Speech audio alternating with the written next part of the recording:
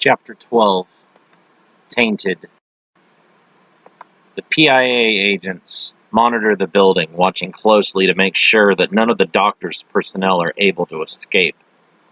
Agent Callahan looks out across the street with binoculars, noting that the outer defenses are engaged in battle with Brian and his allies. "Looks like a team of 8 GX operatives are fighting the kid and his friends," Callahan says. "Can you see any more inside?" Ross asks. "Not through the windows. We'll have to put eyes on each of the exits just in case." "Holy shit," Lachey says, looking through his binoculars as Jake arrives and tears through the GX fighters in seconds. "Sir, you need to have another look." "What is it?" Callahan asks. "I literally just checked on the situation." "The battle's taken a turn, sir. I think that's Yamura down there." "Yamura?" Callahan moves to sit beside Lachey and look out with his binoculars again. The agent witnesses Jake taking down Inertial and Teevil. What is he doing? Was anyone expecting him to join this fight? Alyssa instinctively draws her sword. An evil aura radiates from that one. "No shit," Lachey says. "That's Yamura. You know, the demon who ravaged Rockland and Totikahachi?" "Do not engage," Callahan urges Alyssa. "We don't know how this is going to play out. Yamura is in a threat class far above anything even you've faced before." Alyssa cautiously sheathes her sword. "I will wait for now, but I will not allow this Yamura to run wild.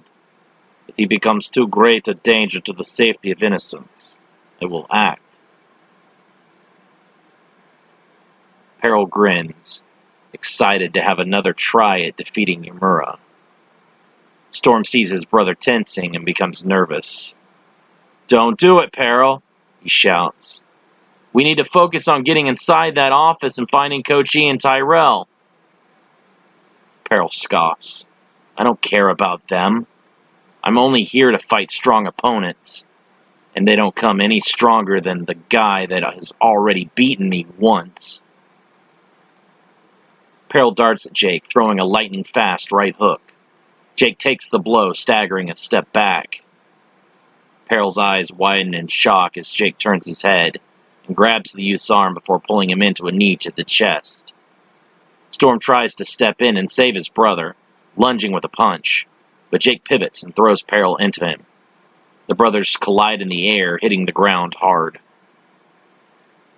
"Okay," Flex says, taking a deep breath. "Can we take him?" Brian shrugs. "I'm not sure. I kinda was hoping he was on our side this time." "You two go on inside," Storm shouts, crawling back to his feet. Beside him, Peril sits in a crouch, glaring at Jake.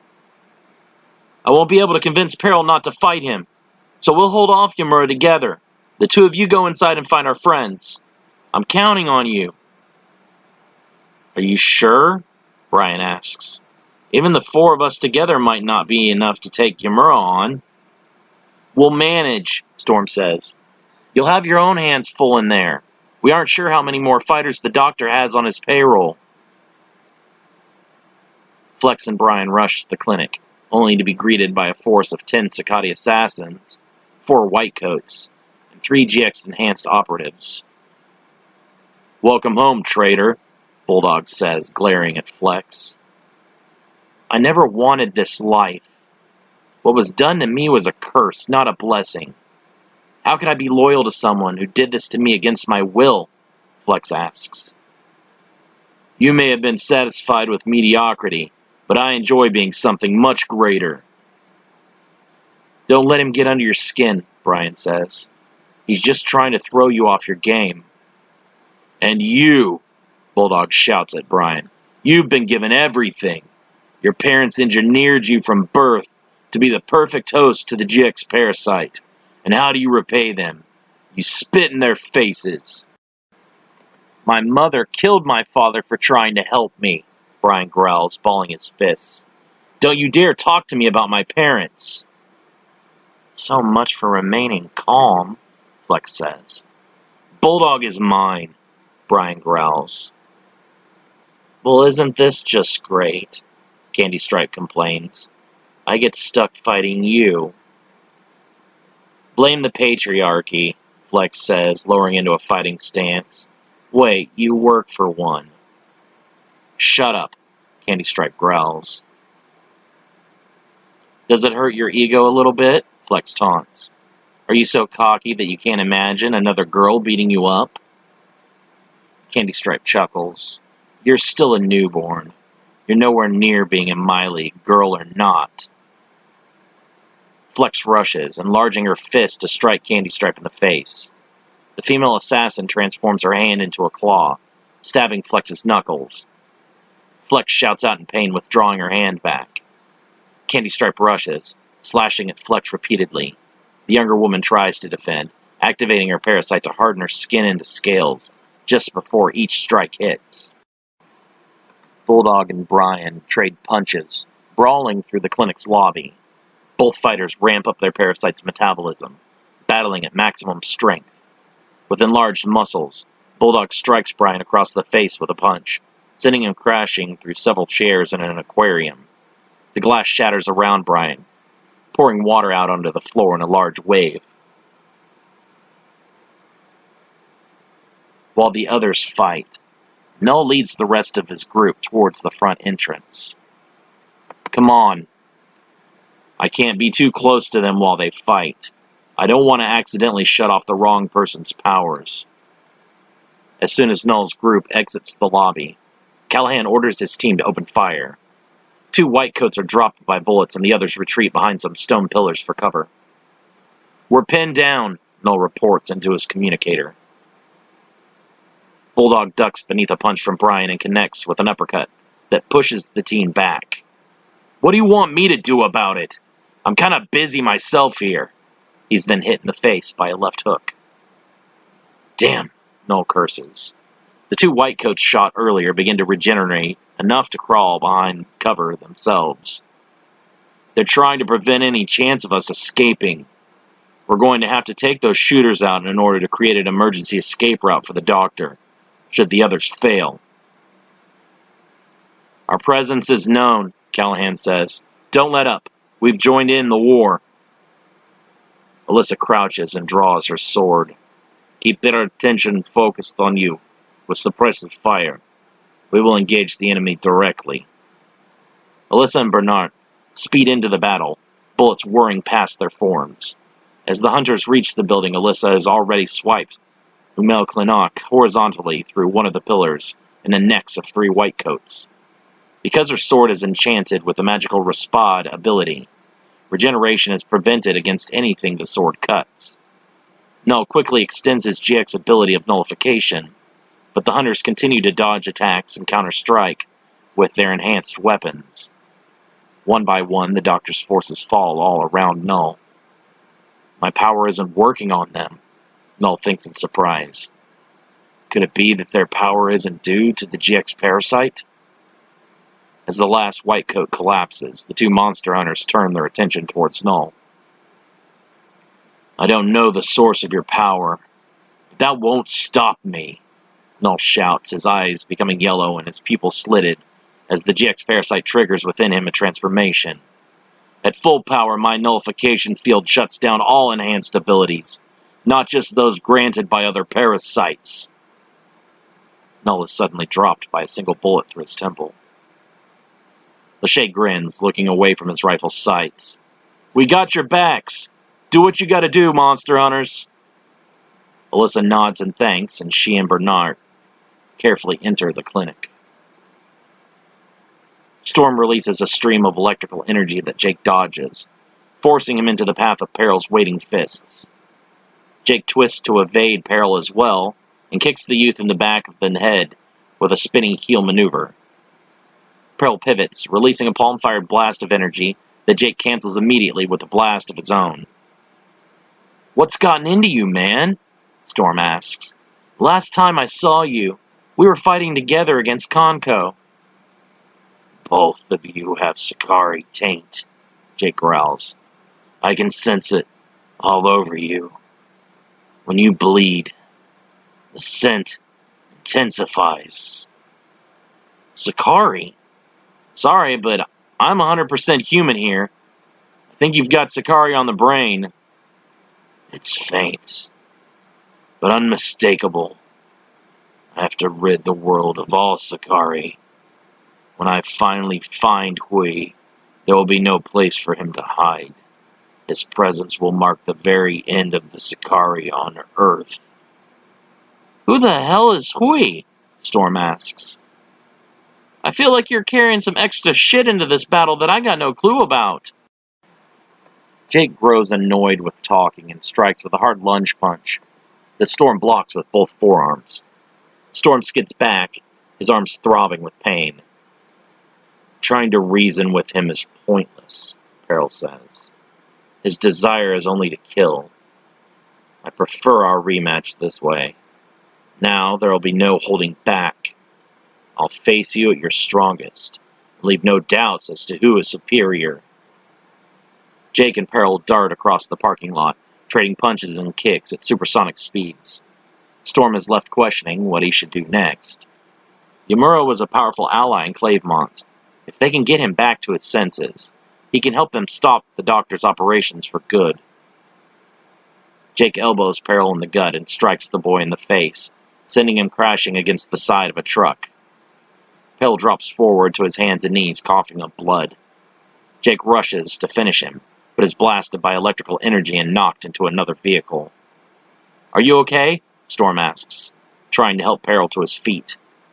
Leave me alone, Peril growls, swatting his brother's hand away and slowly standing up on his own. I don't need your help. Stopping the doctor and rescuing Kochi and Tyrell is more important than your pride. Then go and save them, Peril growls. If you interfere in my fight again, I'll kill you myself. Stop being so stubborn, Storm shouts in frustration. Jake manifests a black flame sword and rushes with a head-level slash. Both Storm and Peril lead back in evasion. Storm unleashes a stream of electrical energy into Jake's chest, knocking him back. Shaking off the attack, Jake rushes the brothers with fast strikes. Peril and Storm evade the attacks, but are unable to counter. Pushing his foes back, Jake's energy continues to grow. The flashes of black and red energy radiating out from Jake intensify before he manages to connect with a hard right hook to Storm's jaw. Storm crashes into the side of the clinic, concrete splintering out in all directions. Immediately, Jake pivots and kicks Peril into another vehicle. Storm tries to clear his head, opening his eyes only to see Jake standing over him, hand outstretched. Energy coalesces into Jake's palm as he prepares to finish off his opponent. Storm's eyes widen in fear as he knows he won't be able to move quickly enough to escape the blast. Behind them, Peril's parasite triggers a mutation in the child's body. Scales manifest across Peril's skin and his psychic powers increase dramatically. Lifting a car with telekinesis, Peril hurls the vehicle into Jake and sends the teen bouncing off the street. Jake rolls across the pavement. Stunned by Peril's attack, he does not notice the three other cars now lifted above him. Each vehicle crashes down on Jake, burying the teen in steel. Peril drops to a knee exhausted. His transformation reverts to conserve precious stamina. He won't be getting back up from that anytime soon. Impressive, Storm says. You really dialed that up a few notches. The cars begin to vibrate. That's impossible, Peril whispers. Jake explodes free from the rubble, his energy breaking the vehicles apart into tiny pieces of burning metal. Storm notices a layer of white energy briefly visible between Jake's body and his outer fiery aura. He protected himself with his energy, Storm says. Can't you shut him down with your psychic halt? Peril shakes his head. I tried that in our first battle. Because they possess two minds, they're able to swap in and out, canceling the effectiveness of my ability. So we're basically screwed then, Storm says with a sigh. Terrific. Candy Stripe slashes at Flex again and again. Flex's speed is slower and she's unable to dodge, instead forced to continuously block with keratinized sections of skin hardened on impact. Flex loses a lot of stamina staying only on defense and begins to wear down. You're pretty good for not having a GX parasite, Flex says, blocking another barrage of slashes. What's your secret? GX is not the be-all, end-all in power, Candy Stripe says, continuing her assault. I've trained as an assassin for years to get to where I am. Do you really think you can go from no physical training to my level just through the boosts of a parasite? If I did, that would make you feel like you've wasted your life, wouldn't it? Getting angry, Candy Stripe attacks with more ferocity, but less precision, giving Flex the opportunity to finally counter.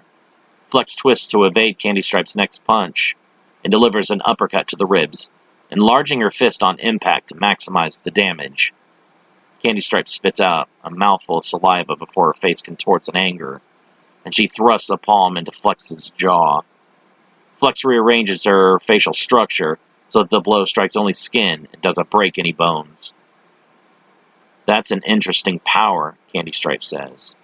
I know that should have broken your jaw, but it felt like I didn't hit any bone at all. Flex shrugs. The GX parasite can do some crazy stuff. Candy Stripe draws a knife and palms it back and forth between her hands. So if I stab you, will you be able to mitigate the damage as well? Flex again shrugs. Telling you my abilities won't benefit me any. I already know the answer. I just wanted to see what you would say.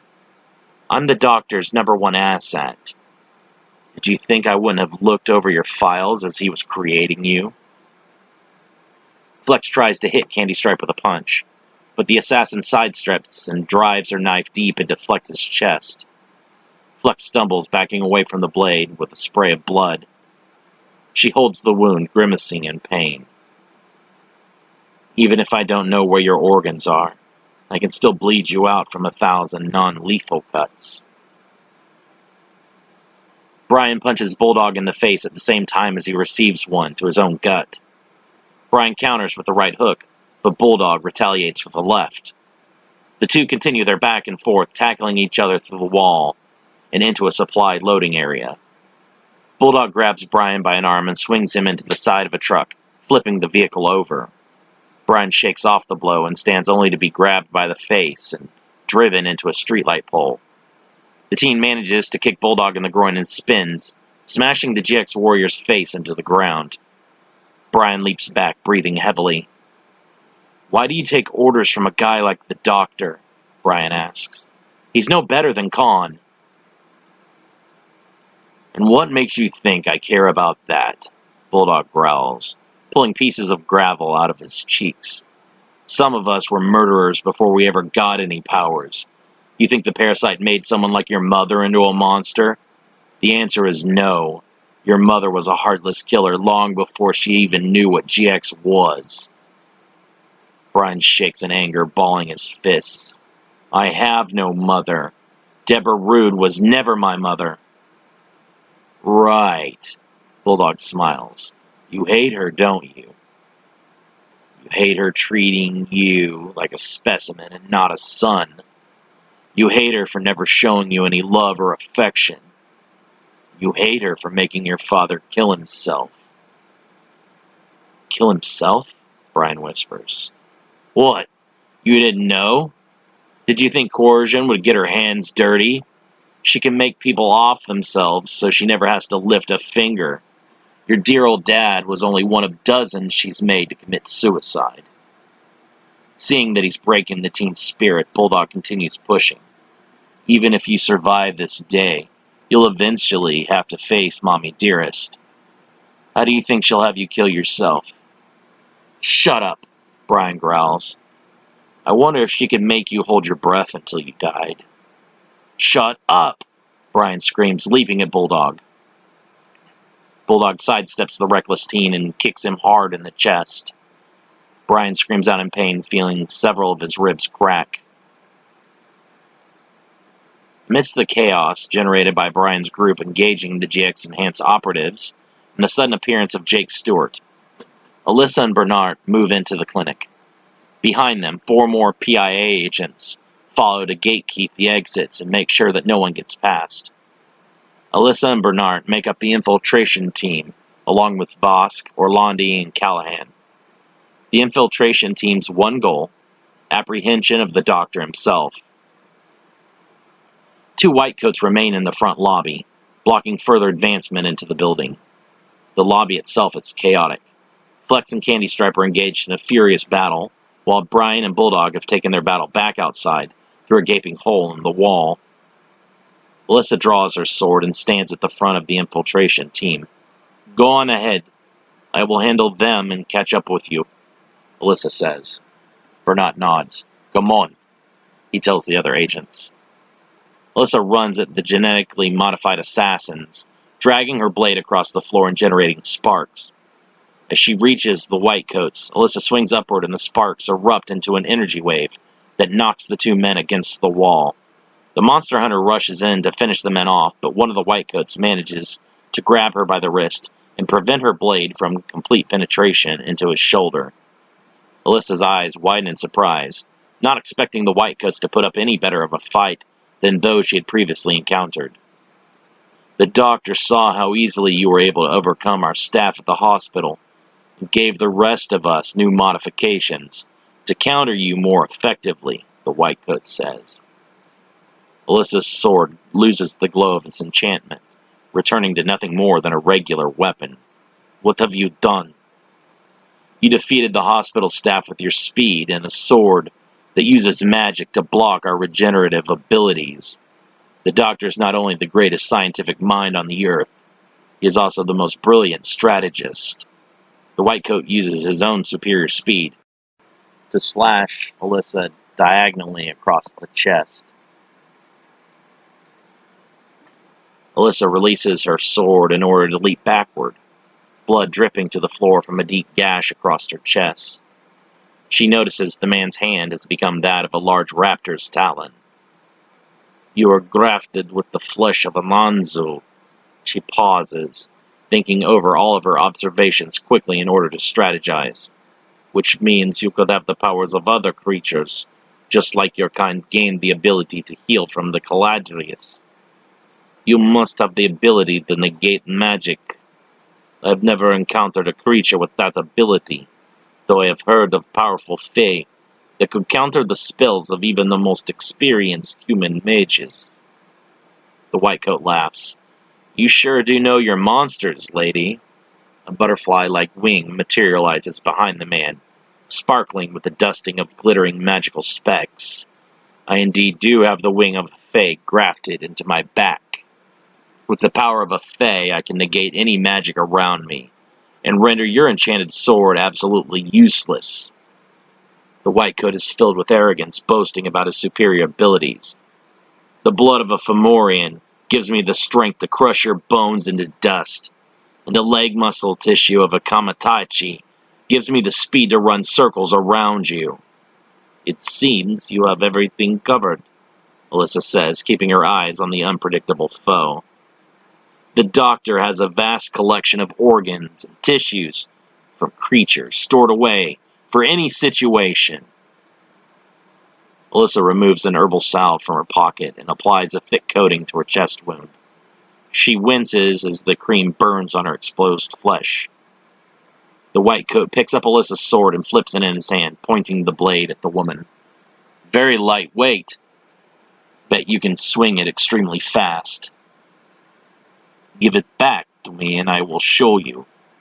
The whitecoat laughs. I don't think so. You're going to die now. The other whitecoat attacks, extending a long tentacle in place of his arm, and attempting to smash Alyssa into the floor. The monster hunter leaps backward, the attack splintering the tile and leaving a huge hole in the floor. Damn, the second white coat mutters. I thought she had her guard down talking to you. You almost got me, stupid, the first white coat complains, tossing Alyssa's sword aside with a metallic clang. The first white coat darts past Alyssa, swiping at her with a talon. The monster hunter drops low and kicks the man in the chest, pushing him back. The second white coat swings its tentacle around again, but this time Alyssa leaps onto the appendage and runs down its length towards the white coat. The white coat's eyes widen in surprise as Alyssa quickly palms a needle-like blade about a foot long and drives it through his skull and into his brain. Alyssa pivots into a backflip and evades the other white coat's talons as he tries to attack from behind. As Alyssa lands, she kicks her sword up into her hands and cleaves the white coat's head from its body. You're out of control, Storm says, shoving Jake backwards. The doctor's our enemy, too. Jake's aura flares up, swirling in a brilliant flame of alternating red and black energy. The doctor may be the originator of this refuse, but they're all vermin that needs exterminated. All of the half-breeds and GX abominations feed off misery and suffering. I will purge them all. If you stand in my way, I won't show you any restraint. Peril grins, feeling his own bloodlust rising to the surface. We have an old score to settle. It's only fitting that this time neither of us will be forced to hold back. Jake holds a hand out, releasing a quick pulse of energy. Peril tilts his head to the side as the attack narrowly misses him. The energy explodes into a building in the distance, completely erasing it from view. A powerful wind slams back into them, blowing Jake's hair wildly. Do you still feel like I shouldn't hold back? Jake asks. Peril leaps at Jake, but the teen's energy repels the boy back before he can make contact. Peril! Storm shouts. That won't work! His aura is acting like a shield. Peril ignores him, running forward again and trying to push through Jake's energy barrier. Jake balls his fists, intensifying his aura. Peril begins to slide back, shielding his face with his arms from the violently lashing energy winds. Suddenly, Storm fires a bolt of electricity into Jake's back, allowing Peril to break through the energy and connect with a hard right hook. The blow staggers Jake, bloodying his lips. I see how it is, Jake growls, spitting a mouthful of blood to the side. Stay out of this, Peril says, glaring at Storm. I don't want or need your help. That's not the way it looked to me, Storm shoots back. Swallow your pride and we can take him on together. If we fight him alone, none of us are going to stand a chance. What happened to you? Storm asks Jake. I thought you were supposed to be one of the good guys. I've never claimed to be anything. Jake growls. That was your own assumption. I don't buy it. You tried to save people in Clavemont. There's a little girl out there named Mallory that owes her life to you. Did you forget about all those people you fought for? It's like you gave up all hope. Shut up! Jake screams, his aura flaring out again. He darts past Peril, going straight for Storm. Storm backflips and attempts a head-level kick that Jake is just barely able to block. Storm's shin collides with Jake's forearm, releasing enough energy to knock both fighters back away from each other. Jake runs at Storm with several quick jabs. Storm hops back, evading each of the strikes. On the final punch, Storm catches Jake's fist in his palm. Another explosion of energy radiates out from their impact. Storm stumbles back and Jake manages to grab him by the left shoulder and pull him into a hard right-legged knee strike to the chest. Storm screams out in pain. This is my fight, Peril shouts, connecting with a left hook on Jake out of nowhere. Storm shakily raises a hand, collecting energy into his palm. Stop being stupid, we have to work together.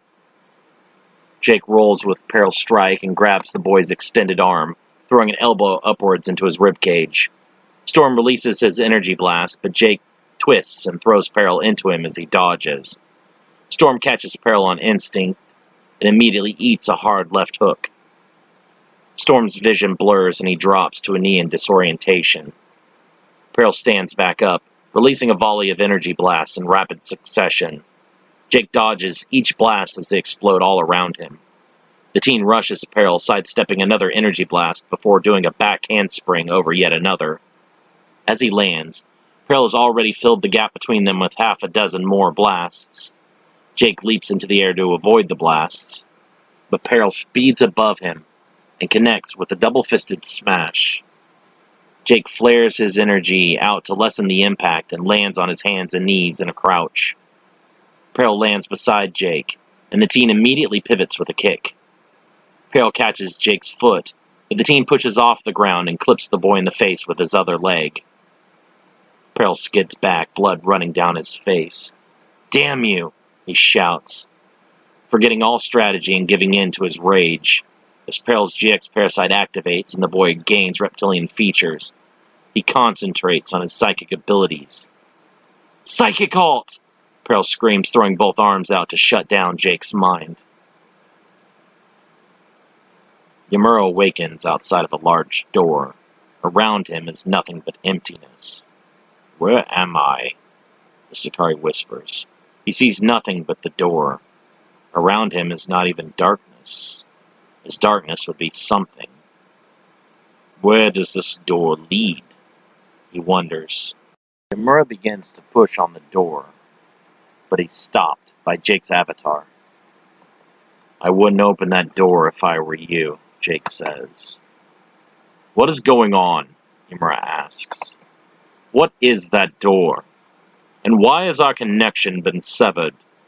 I cannot remember anything after Hui's revival. Behind that door is only pain. I've pushed everything back and locked it away. Only bad things will come from opening that door." "You are different," Yamura whispers. "And why can I not see what is going on outside of your mind?" "I've become rage and anger. I face the darkness. It swallowed me whole." Yamura can only feel a deep, cold emptiness from within the teen's mind construct. "Do not toy with me. I've become one with all of the emotions that I tried in vain to hold back. I embrace the pain and grown empowered by it." "Come to your senses and fight this," Yamura says. "We will not find Hui this way. This path only leads to our destruction." "You're wrong, Yamura. I'm doing just fine hunting down Hui. I'm eliminating all traces of Sakari energy in the world one by one, removing any way for him to continue to hide from us." Jake pauses, grinning. He becomes aware of something that Yamura is not privy. Peril's a fool. He doesn't realize he's only assisting me. "What?" Yamura becomes even more confused. "What is happening out there?" "This was a nice chat," Jake says. "But this is goodbye for now, Yamura." Suddenly, Yamura's avatar collapses into dormancy. "You have my thanks," Jake says. Peril blinks in disbelief. "It didn't work?" "Oh, your attack was very effective. You've ridden me of a nagging voice in the back of my mind." He holds a hand out, beginning to collect energy. "Let me return the favor." Bulldog stands over Brian with disgust. The teen is supposed to be the pinnacle of Konko's achievement, but he has been nothing but a disappointment to the experienced killer. Brian is on his hands and knees, holding his ribs and struggling to catch his breath. Each time he does manage to draw in air, Brian feels as if his lungs are filled with gasoline and on fire. "Instead of giving you the biosuit out of nepotism, someone worthy of its power should have been selected," Bulldog growls. "You know, Khan tried several times to get me to join his special operations force. I always turned down the offer. I never wanted to be locked into working for only one person. As a mercenary, I do my best work knowing that my loyalty is only required until the job is finished. If the next job calls for the assassination of my former employer, so be it. Bulldog kicks Brian again. If I'd taken him up on his offer, this moment might hold some kind of significance. But in reality, I have no personal grudge against you, kid. The only reason you have to die is because you're a threat to the doctor's security. You aren't a warrior, Brian coughs. What's that? Brian forces himself to his feet. I said, you aren't a warrior. You're a whore. Bulldog lunges, grabbing Brian by the face and slamming him back against a brick wall. Running your mouth is only going to make your death that much more painful. Brian drops to one knee, deep cracks running throughout the virtual biosuit. Internal diagnostics. Systems at 80% functionality. Flight disabled. Pressurization disabled. Thermal resistance disabled. Cryoresistance disabled. GX parasite regulation 84%. Lower it by 20%, Brian whispers, standing back up. Did I knock something loose? Bulldog asks. Who are you talking to? A brilliant blue light flashes out from Brian's body, filling him with renewed vigor. With the GX parasite's control increased, it's able to generate more metabolic energy and greatly increase the teen's stamina, strength, and speed. He rushes into Bulldog, surprising the more experienced fighter with a combo of fast jabs. Bulldog repels the punches, giving only slight ground to the teenager. Bulldog finally manages to hook Brian's arm after a failed punch, and deliver an elbow to the chest followed by a straight jab to the face from his other arm. Brian stumbles back, his visor shattering. Was that the last gasp? Or have you been holding out on me? Bulldog asks, intrigued. Are you trying to save some of your energy for another battle to come? If that's the case, I would advise you against that. If you don't take me seriously, you are going to die. Lower parasite regulation by another 10%, Brian whispers, taking off his helmet and tossing it aside. Brian launches back into Bulldog, connecting with a hard right hook. Bulldog counters with an elbow before the two begin blocking each other's strikes at a furious pace. Energy explodes all around them, and their impacts cause the street to sink into a crater. The buildings and vehicles near the fighters are vaporized as they continue trading punches.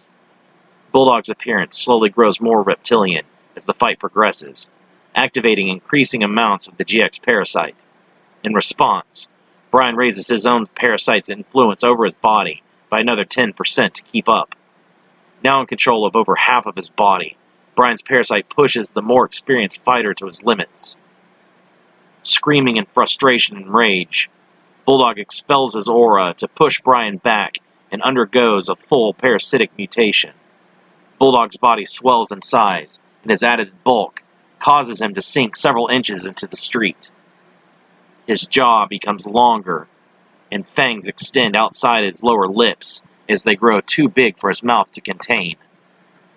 Bulldog generates a tremendous force of energy that knocks Brian back through the windshield of a van.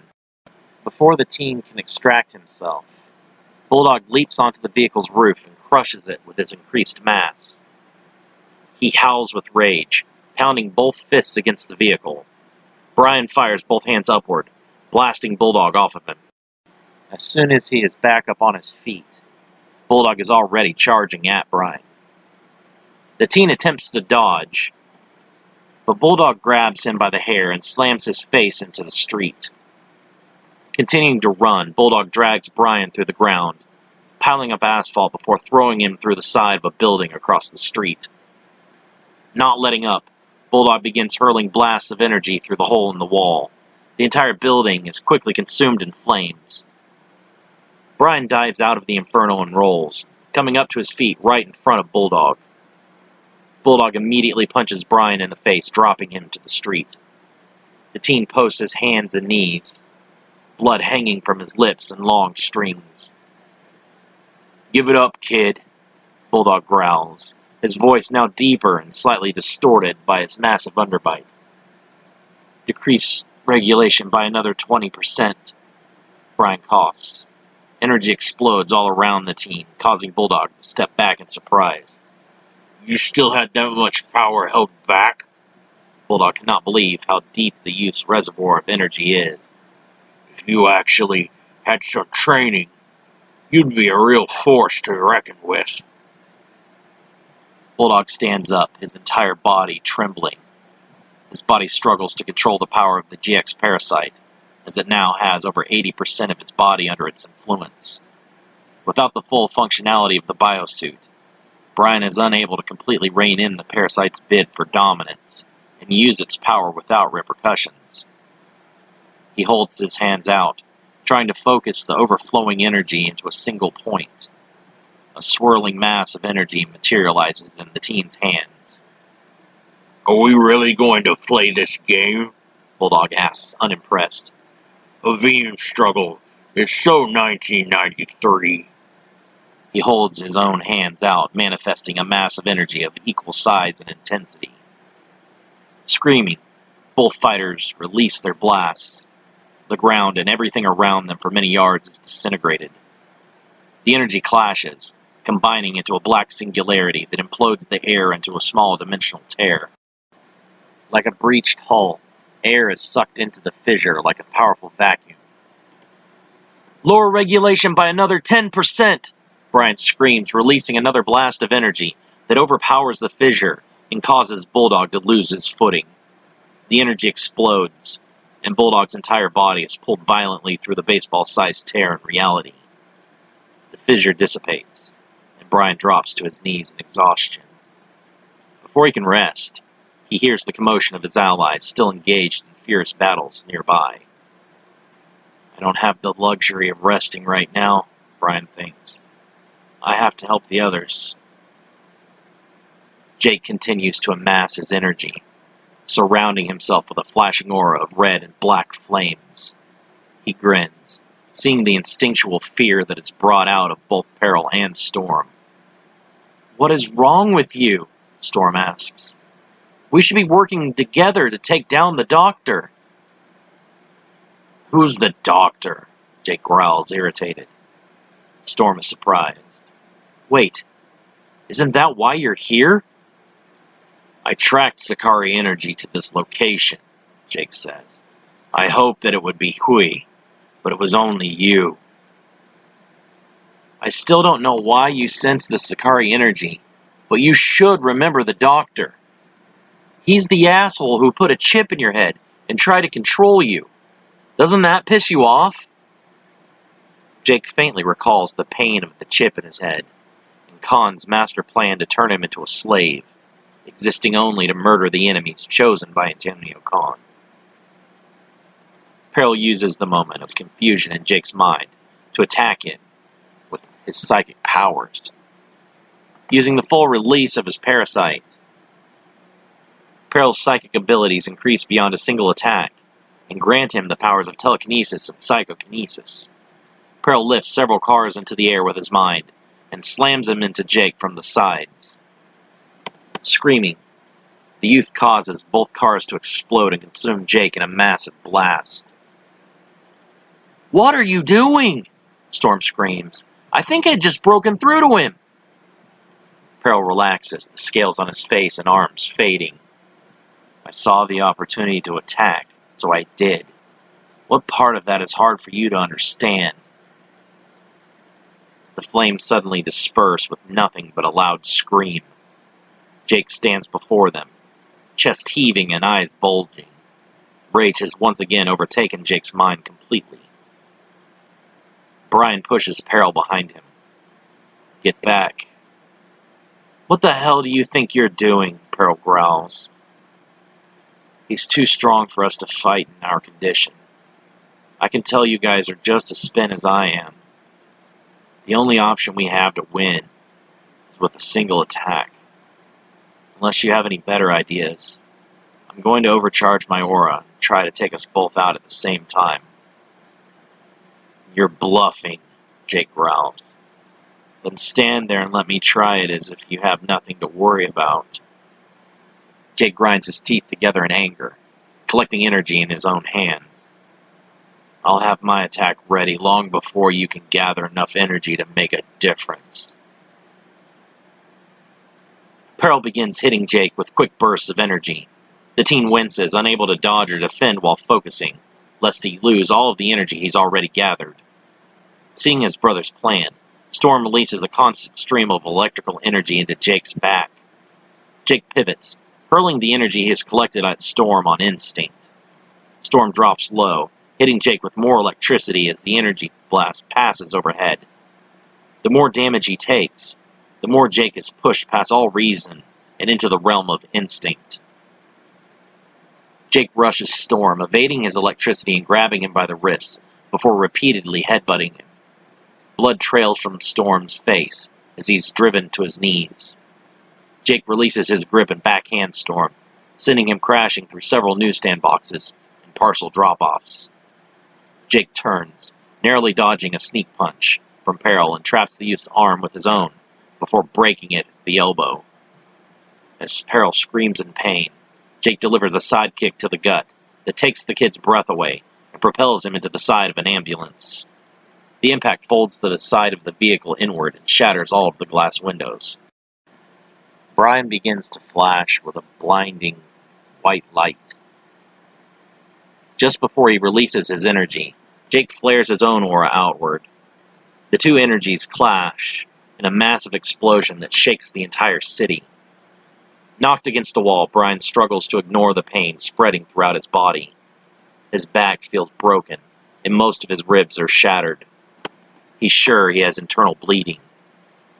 Retaliating, he throws a sluggish and telegraphed punch that Jake easily ducks beneath and delivers an uppercut to the teen's gut.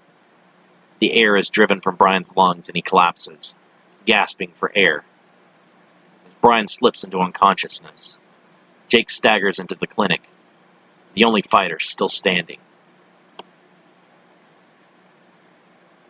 Cedrion stands in the dimensional void, searching for where Hui has landed. The realm between all worlds is an endless black space with infinite doors, stretching out in every direction forever. Behind each door is one moment and one location. Only the Yazata have the ability to know where each door leads, and mentally draw the door they desire to them as soon as they arrive, effectively allowing them to travel to any location and any time in an instant. Spirits are able to use a localized version of teleportation, but they do not have to travel through the dimensional void or utilize the sacred doors to do so. Instead, spirits more or less just disappear and reappear in a location close to where they started. The distance a spirit is able to travel depends heavily on the strength of their will and their spiritual energy, but most spirits cannot travel more than a few feet at any given time. Proper teleportation, known as Shunkanido, is an ability reserved only for the Yazata and divine entities higher than them in standing. The Yazata were gifted the power to relocate from their current position to any one other position in any time in the universe, instantly. This is an ability that is not confined to the mortal realm, as Shunkanido even allows for a Yazata to breach the underworld and hell itself when no other being is able. More importantly, a Yazata is also able to exit the underworlds and hell exclusively. For all mortal beings, arriving in the underworld is a one-way door through which they can never again pass. This is frustrating, Cedrion growls with annoyance. I was mid-jump. I could have lost that Sicarian any time or place throughout all history. That ability is restricted for a reason. You Yazata know better than to teleport so recklessly, a voice says. Cedrion cannot see the speaker, but knows it to belong to the only being to reside within the void, Janos. I did not expect the boy to be able to reach through the energy left behind for my teleportation, to grab me and pull me back. He did that? Janos is surprised. A human? He should have no effect on this world whatsoever. That boy is special. I'm sure that even you will discover this one day. Oh, I know he's interesting. Our conversation was illuminating, to say the least. I tire of only seeing your kind pass through here. You Yazata do not make for very pleasant company. You are all too serious. Cedrion scoffs. Where did the Sakari I lost land? I dropped him when I was pulled out of my Shunkonido. Janos searches infinity, time meaning nothing to him, as time does not pass normally within the void. To Janos, every instance exists relatively at the same moment, each Yazata passing through, each conversation all happening almost simultaneously within his perception. Have you found him? Cedrion asks. Janos pauses. I have. The door is moved in front of Cedrion. You will find Hui at this moment, in this location. Cedrion opens the door. You have my thanks. We Gregori do not usually receive much assistance. Relying on only ourselves becomes tiring. It's refreshing to not be judged. Time has no morality. To regulate this world, I too must always remain completely neutral, Janos says. Cedrion nods, stepping through the doorway. I rather enjoyed meeting that boy. He will continue to do many amazing things. To think a human ever reached this world. Janos again pauses. Oh, another visitor so soon? The Lord of Doors is pleasantly surprised. You can use Shunkon Ito as well. It appears that ability is no longer very exclusive. I may have to alter the rules of accessibility here if humans have now awakened such an ability. Several of the doors explode, causing Janos to become agitated. There is to be no violence here. Choose your time and place and leave here at once. Janos sighs in annoyance. So many disturbances. What do you want? You cannot even teleport. How did you come to be here? Janos pauses. Another stray. This world is not a repository for waste. I would appreciate if you all would stop losing your things in my realm. To Janos, each moment continues moving forward, despite each of these events happening days, weeks, even years apart from each other in the mortal world. Within the realm void of time, all time is relative.